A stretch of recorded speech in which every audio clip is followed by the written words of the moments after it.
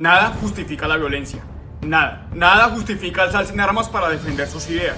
Pero el hecho que no sea justificable no quiere decir que no podamos decir por qué y saber de la historia del conflicto armado en Colombia. Muchos creemos que la guerrilla se alzó en armas para defender sus ideas y ahí está el primer error. Cuando un pueblo se alza en armas es porque hay violencia, represión e injusticia social y aparentemente no hay una salida democrática, ni mucho menos pacífica. Toda acción conlleva a una reacción. La represión estatal, la corrupción política y la injusticia social es la acción que genera una reacción de rechazo por parte del pueblo. Pero cuando no hay una salida democrática es cuando se viene el alzamiento en armas. Y este video es para hablar de la historia de la M-19 y el papel que jugó Gustavo Petro en esta organización. Todos pensamos que Colombia es un país que tiene mala memoria, pero no es así. Colombia es un país que tiene memoria selectiva y aún peor, masoquista. Y se van a dar cuenta que la historia pasada de Colombia tiene los mismos matices de la historia actual. Para empezar a hablar del M-19 tenemos que empezar a hablar del general Gustavo Rojas Pinilla, quien, como todos saben, en 1953 realizó un golpe de estado al conservador Laureano Gómez. En 1957 este renuncia y le deja el poder del estado a una junta militar. Y escuchen bien lo que les voy a decir. El Partido Liberal y el Partido Conservador realizan una coalición para alternarse el poder, 4 años tú, 4 años yo. Y no solo para eso, sino también para repartirse los cargos burocráticos por los siguientes años por partes iguales. El famoso Frente Nacional.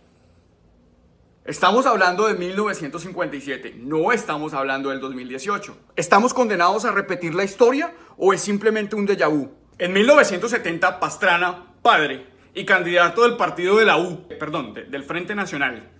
Es que no sé si estoy hablando en pasado o en presente.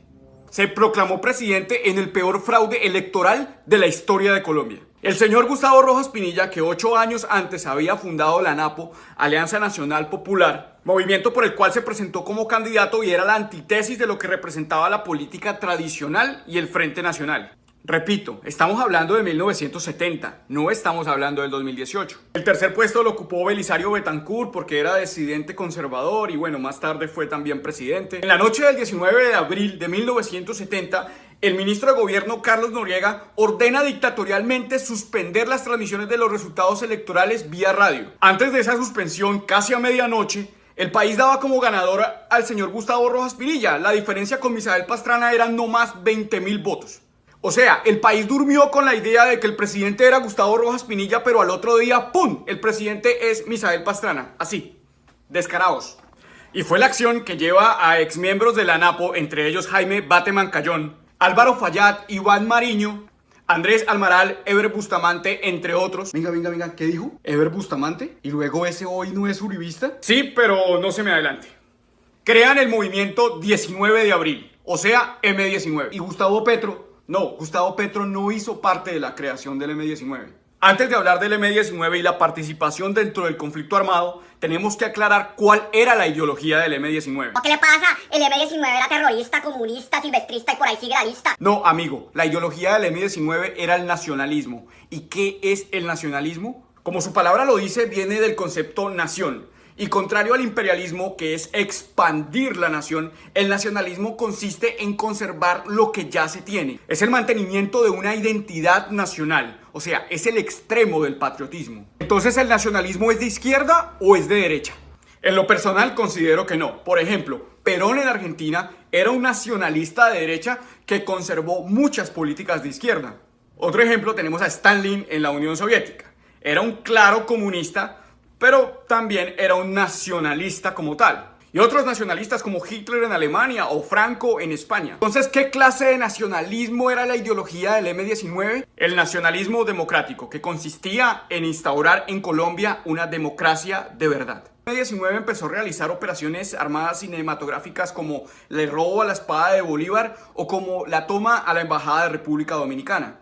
No sé cuántas veces en este video tengo que decir que no estoy de acuerdo con la lucha armada, porque me imagino los insultos aquí abajo.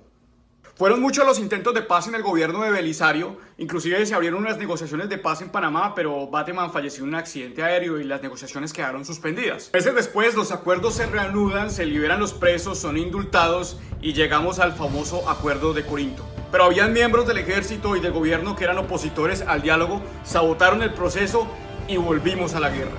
Después, en 1985, se produce uno de los hechos más dolorosos de la historia del conflicto armado en Colombia y que aún nos sigue dividiendo.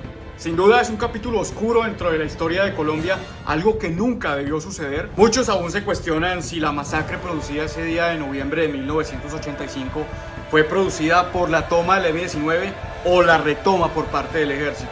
Retoma que sin duda fue desproporcionada y desmedida. Se ha comprobado con todas las pruebas que 11 personas salieron con vida del Palacio de Justicia, posteriormente fueron torturadas y asesinadas por miembros del ejército. Bueno, ¿y Petro? Petro se hizo militante del M-19 en 1977, 3 años después de su creación. Petro pertenecía al ala política y no al ala militar del grupo. En 1984, siendo concejal de Zipaquirá, revela su militancia. Él no era un cabecilla y su trabajo se limitaba a la simple labor de la defensa de los derechos humanos. Simplemente era un joven con ideas liberales y trabajaba por los más necesitados.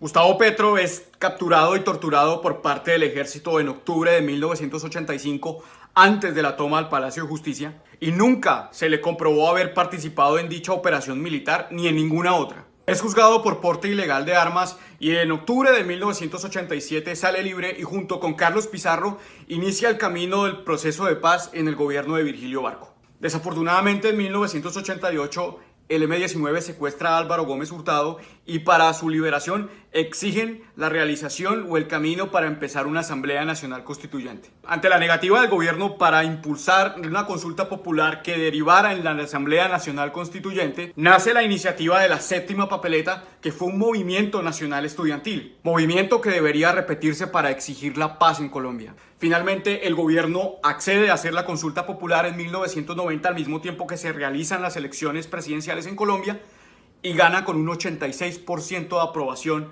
para realizar la Asamblea Nacional Constituyente. El pueblo que es el constituyente primario. Finalmente, el 8 de marzo de 1990, el M-19 entrega las armas a cargo de su comandante Carlos Pizarro y pasan a formar parte de un grupo político llamado Alianza Democrática M-19. ¿Ustedes se pueden imaginar cómo era Colombia antes de 1991? No existía la Corte Constitucional, no teníamos consagrados los derechos fundamentales ni la manera de protegerlos o salvaguardarlos, y esa herramienta que nos permite a nosotros hacer valer esos derechos fundamentales llamada tutela. No había libertad de culto, no se consagraba como tal el derecho a la propiedad privada, no existía el Ministerio Público, no existía la Defensoría del Pueblo, no existía la Procuraduría, no existía la Fiscalía. En fin, pasamos a ser un Estado de derecho a ser un Estado social de derecho. Devolviéndonos un poco en el tiempo, en 1989 Virgilio Barco había firmado una ley de indulto, pero que eximía de delitos atroces cometidos por el M-19. Pero en 1992, ya puesta la Constitución y en el proceso de implementación de los acuerdos de paz, estuvo a punto de quebrantarse el proceso y de que sus comandantes o jefes se fueran a la cárcel, tales como Antonio Navarro, Germán Rojas, Eber Bustamante. Pero el 20 de mayo de 1992, un senador liberal llamado Álvaro Uribe Vélez propone una ley de indulto total al M-19. Indulto total. Indulto total significa borrón y cuenta nueva. No importa si son delitos de lesa humanidad, violaciones a los derechos humanos, no importa, total. No se pasa por una jurisdicción especial, por una JEP, por nada de eso. Es total. Hoy el uribismo hace campaña para acabar el proceso de paz por supuestamente dar impunidad, pero a ellos se les olvida que su jefe, su Dios, fue el promotor del indulto total al M-19. Esta es una de las miles de contradicciones de este partido. En su creación, en su proceso, he nombrado al comandante Eber Bustamante del M-19. Hoy, Eber Bustamante pertenece a las toldas del Centro Democrático. No solo eso, Angelino Garzón, aunque no perteneció al M-19 como tal, perteneció al partido político del M-19. Hoy también está con el Centro Democrático. Otro de los casos es del esposo de la señora Vivian Morales, Carlos Alonso Lucio, que perteneció como tal a la ala política y militar del M-19 y hoy están con el Centro Democrático. Sin contar otros exmiembros del EPL que han trabajado para la campaña de Álvaro Uribe Vélez, inclusive él los ha empleado.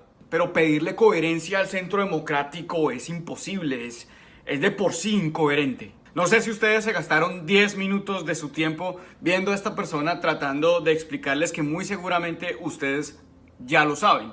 Pero miren, Para crear criterio, para crear conciencia y sensatez, usted no tiene que ser letrado, usted no tiene que ser educado. Solo basta con leer la historia de su propio país. Usted al leer la historia de su propio país, usted se concientiza y se proyecta hacia el futuro para evitar que las mismas cosas vuelvan a suceder. Los libros de historia no son difíciles de conseguir. Usted para leer historia simplemente ya entra al internet. Véase la historia de su país como si fuera una serie de Netflix y se va a dar cuenta cómo es de interesante y se va a dar cuenta aún más cómo en estos momentos parece que la estuviésemos repitiendo. Mi nombre es Humberto Coral y no quiero volver a repetir la historia.